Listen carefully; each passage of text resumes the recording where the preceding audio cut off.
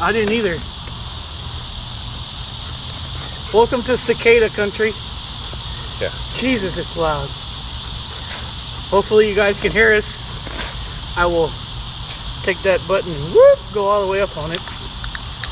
But welcome to another beer and update, which we haven't done in a very, very long time. If you guys don't know, we've only done a couple of these, but we've decided to do Stag Beer Sunday. And that's where you find some terrible beer in the store. This stuff is still foaming. Like on mine. I smell it. Oh, it smells like Stag beer. This wasn't normally as cheap as Stag beer, but we're going with this Texas Leaguer 643 double play. What is it? Belgian style ale. And on these beer and updates, we have a beer. We give y'all an update. Here goes nothing. Are you ready? Yep.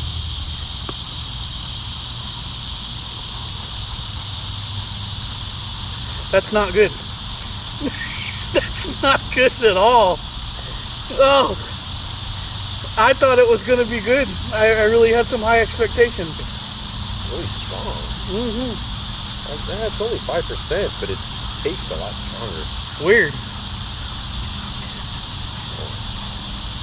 Not only a pitcher's best friend, but also a great beer to share in a pinch with your best friend. All right, well, there you go. Oh, man. So, we're going to wait till this airplane goes over because I can't hear nothing.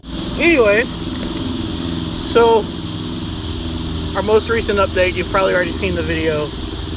We reached 1,000 subscribers in the beginning of July, and it's been awesome, and it's just kind of been on the peak up since then, and we're very, very thankful for everybody that subscribes to the channel. So that's our first thing, so thank you for that. Our second thing is I kind of want to spill the beans, but we won't put out the videos for a little bit.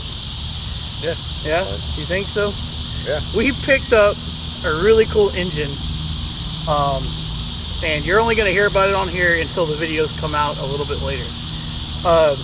We bought a Dodge 2500 V10. So this is the Dodge Magnum truck V10 motor. So it's a full cast iron version of the V10. It's got cast iron heads.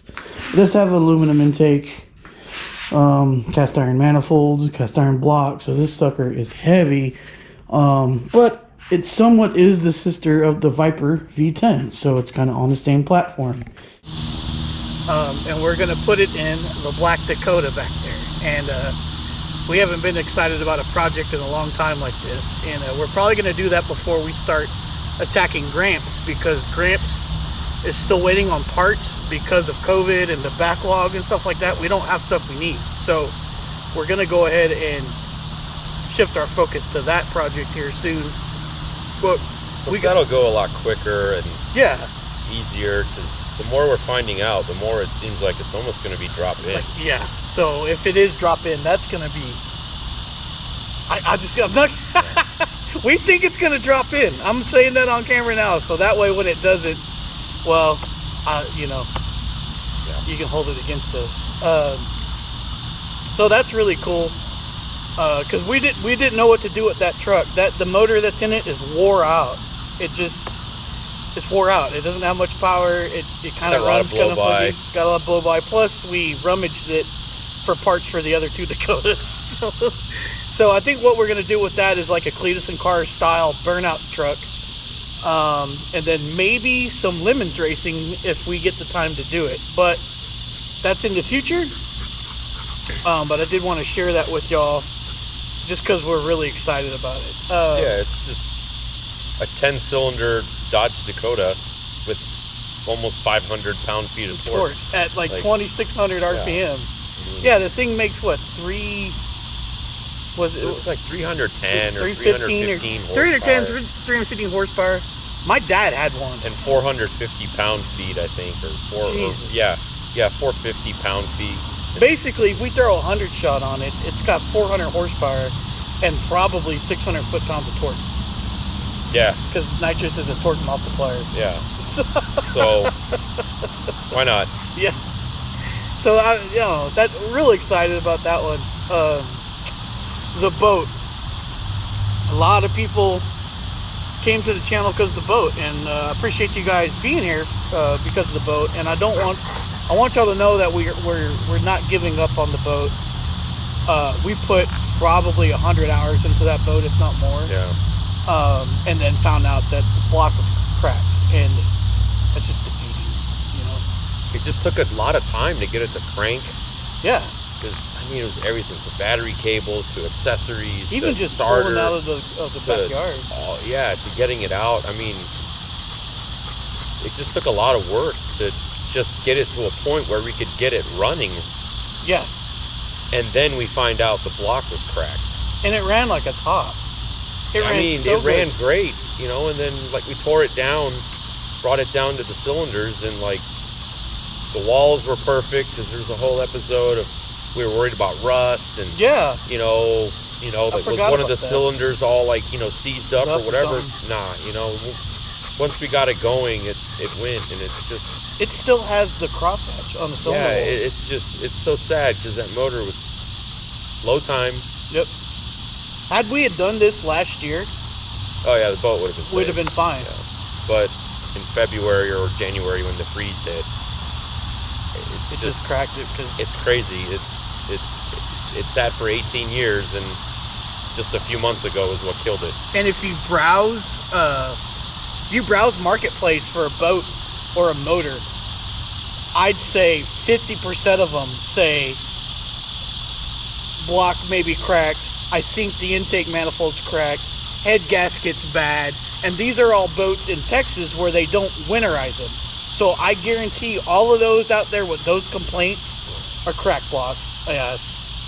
Yeah, it's probably, you know, like we've been looking around, and just a lot of good deals on boats, but then you read the description and it's like cracked block. Probably leaky head gasket. No, it's probably a cracked block. It's probably a cracked block. Probably a cracked block. So we're intake manifold, you know, gasket might be leaking. No, it's probably a cracked block. That one gets me. Oh, it's your intake manifold gasket. No, it's probably not the intake manifold gasket. I don't know if it runs. I'm like, it's like a nice boat, but you don't know if it runs. And that's the thing. If you're buying a boat that hasn't ran in a couple of years or whatever, you're likely going to run into the same exact problem that we ran into, because if it hadn't ran in a couple of years, they probably didn't winterize it. That freeze came down, got into 20s and the teens for 3 or 4 days. It got 15 degrees for like 3 days. If Gramps actually spit out a freeze plug. Yeah. And that was just water in that too. So it took out a lot of boats in Texas. If you're looking to buy a boat in Texas, go water test it first. Definitely, right? Yeah, or hook it up to the muffs and get it pumping. Get it pumping and check sure, it out. Because there's a lot of boats out there that I mean, you know, that's just looking like on Facebook Marketplace and stuff. I couldn't imagine how many aren't listed for sale or are just junk, or they're still sitting. Yeah. Where they're sitting and nobody knows. It's just nobody has any clue. There has to be hundreds and hundreds and hundreds of boats that have just been killed by that freeze storm here. And not to mention COVID with supply and demand because of COVID and the freeze. In order to get a long block for the boat, like a brand new long block, it's $2,500. We could literally buy a Vortec 350 and the exhaust manifolds for the boat and do a 350 swap for that. We're not doing that. We decided that's a little bit. Manifolds and stuff. It's just, we've got what we need. We got to go find a 4.3 block and get that done. Yeah, so that's probably what we're just gonna do. Find a used 4.3, maybe go through it, freshen it up. Yep. And then drop it in. We're just kind of out there just browsing around and just have to find what looks to be a good motor for a good price. So yeah. What else have we got down the pike? So I got race week coming up in September. So the Dakota needs some things before it's ready for race week. If you don't know what race week is, it's a 1,500 to 2,000 mile journey where you drive from track to track, and you're driving the vehicle that you're competing in, which is going to be the Dakota. So it has to be able to make that long drive, and then every night you go make passes and you know, try to hit your mark in your class. It's really more about the journey than it is the drag racing. What are you doing? Excuse the dog. She's on crack. What the hell is she doing? About to knock over. Don't you knock over the camera. Anyway, so Whatever. I've got to put a drive shaft safety loop in, which I have it here. Transmission cross member. And you're going to have to help me do that rack. I found out yesterday the rack and pinion's bad on the Dakota, so Yeah. that's going to have to be I'm gonna have replaced. to help you with that one. Yeah, that's a pain in the butt. But we'll get that done. Yeah, the hardest part is getting it off the steering shaft. Once it's off, it's actually pretty easy. It's just 2 big bolts, some bushings, and It's you know, just and then the tie rod. disconnecting the steering shaft. Yeah, from that was the hardest part. But you know, we got it off with some gumption. I guess, massaging. Yeah, massaging is a good word. Yeah, massaging with the hammer Yeah. and the crowbar or pry bar. We got it off though. It got off and it worked. And I've got a torch now too, so we can do that. Yeah, shit, that'll make it much easier. So yeah, the Dakota is going to be probably the next one on the channel until race week. So keep an eye out for that. I plan to video every day for race week and put out one every night. Kind of like Cletus style, where he puts out a video the night of, you know, the day before, the night after. So I'll do my best on that. I've never tried to edit on the road before like that, and who knows what's going to happen. So that's coming up. What else we got? You kind of saw that about the Typhoon. We're still waiting on parts for that, but I think we're going to start working on the air conditioning. If you guys would like to see us go over the air conditioning process on Typhoon, which would be pretty much the same for any GMC or Jimmy or S10, I think it would be similar as far as the evaporator core and stuff goes. Let us know if there's enough interest in that. We'll film it. It's a pretty tedious process, so we have to have some interest in it before we film it, because it takes a while. We've done it a couple times before unsuccessfully, because we had a bad set of gauges that didn't work and didn't fill the compressor. So learned our lesson on that one. Lesson learned. It's always fun buying the same parts twice. Oh, twice, yeah. Or even 3 times. Who knows? But either way, it doesn't matter. Yeah. The Nova is it's kind of status quo. The water pump is going out on it. The bearing's bad, so we're going to be fixing that here before too long. Other than that, I'm going to sell the engine that's in the Nova because it belongs in either an LT1 Corvette or LT1 Camaro, and I love it, but it needs to be freshened up, and I don't want to freshen it up and put it back in the car just to sell it. I'd like to actually invest that money into a different small block for it, and also start making the car a little bit more correct. The alternator's on the wrong side, so I want to buy the brackets and put it on the other side, and start making it a little bit more kind of like a fast racer, which is factory appearing stock tire class. I'm not going to go that hardcore on it. There's probably going to be some things that don't look stock on it, but that's the plan for the Nova. But that's the winter project. We got too much going on right now to tear all that down. The Bel Air, it's status quo. That thing just runs good. But I'm trying to. I think I've got too much on my plate, so I wanted to keep B split. I just don't think it's a good idea. So I'm going to be selling B split. Yeah, just. I mean, you know, we got enough. We've got enough, and I'd like to focus some of that attention elsewhere. And if we find another project down the road, we'll buy another one. And that's kind of. Cars come and go. Exactly. You know, we're attached to a few of them, but some of them are going to come and go. Yeah. But yeah, I don't know. I'm not sure what else we can give you an update on. The Sonoma. I actually filmed a couple videos on the Sonoma trying to fix the wiring, but I didn't fix the wiring, so I haven't put it out yet. So I've got some old footage on that. But we're going to replace the grounds on it, and we still have a rear sway bar to install on that thing. So hoping to do that here pretty soon. I was really hoping I got the AC working on B split, but I was not successful in that. But yeah, it's gonna be a couple more months of nasty hot weather, so there's not a lot of really big projects to dive into because they're just so hard to get done when the weather's like this, because you just get so tired, it's so nasty, and you just kind of give up. So we want to do that stuff when it cools off. So you might see us start tearing down the Nova or even Gramps. Oh, no, the black truck. The black truck. We have the parts to fix Gramps, so we might do that. Yeah, I might fix it and just put a head gasket on it. Bomb it around. And bomb it around a little bit. It's got that blown head gasket and that 4-cylinder, which, whatever. And we have fixed freeze plugs like we talked about. But I think it'd be cool to take that to the track. Run like a 19-second quarter mile. That would be awesome. And I'll probably take my Ford, the F-150, to the track too, just to see what it'll run. You got any plans for the Corvette? No, it's also status quo at the moment. Status quo. That's where it's staying. Yeah. I have dreams and aspirations sometimes, but then I'm just like, it's fine. I don't want to touch it. I would like to do some cruising when the weather gets better in it and make some do some pretty cool cruises. It's a fun car to drive, as is. Yeah. I don't need foot intake and exhaust and cut holes in the hood and. What exhaust is on? Isn't there exhaust on it, or no? Is that stock? Factory exhaust. It's stock, but you got the little button. Yeah. It sounds good. It's the MPP exhaust.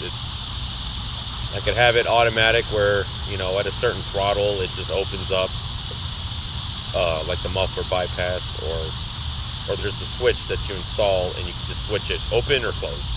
And it's cool. I like it. It's like cool. A cutout. It's pretty damn cool.